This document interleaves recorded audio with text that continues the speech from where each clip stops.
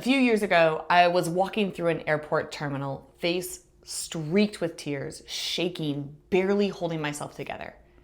I was on the phone with my mother, and she had just called to tell me that she'd found the body of her partner who had taken his own life. And in the middle of that, a stranger did something that I have never forgotten. I was trying to navigate gate numbers and boarding times while my entire world had just stopped making sense. A woman passed me, someone I will never see again, whose name I'll never know. And she stopped, looked me in the eyes, and while I had my phone pressed to my ear, she reached into her bag and placed a package of M&Ms into my hand and said quietly, "It looks like you might need these more than me today." And then she was gone. Before I could say anything, before I could even comprehend what was happening. I have no idea what made her do it, what it cost her to stop, to notice, to act. Maybe it felt like nothing to her. Maybe she thought about it and talked herself out of doing it twice before she did it anyway.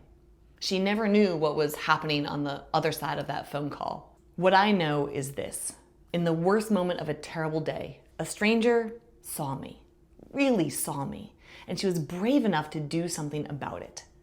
I've carried that moment for years. I'm telling you about it right now, and you will carry it too, which means somewhere a stranger's small act of courage is still rippling outward years later to people she will never meet. Kindness and courage never stops where you think they stop. They're the ultimate expression of expansion. The research backs this up again and again. Courage, it's not the absence of fear. It's the decision that something or someone matters more than your own discomfort. That woman was probably uncomfortable. Approaching a stranger who is openly crying is definitely an awkward situation. It's easier to look away, and most people do. Courage isn't about being fearless.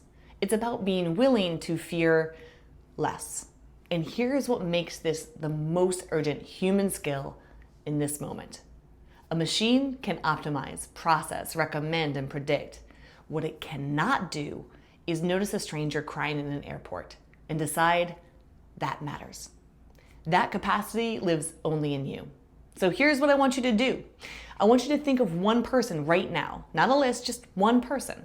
Someone who's been on your mind, someone who might be walking through their own version of that terminal and doesn't know anyone sees them. Before you finish watching this, send them something. A quick text. It doesn't have to be profound, just a check-in, a memory, 3 words. You'll have just done something an algorithm cannot do. You've noticed a human being and chose them over your own comfort. It will mean more than you think. It always does.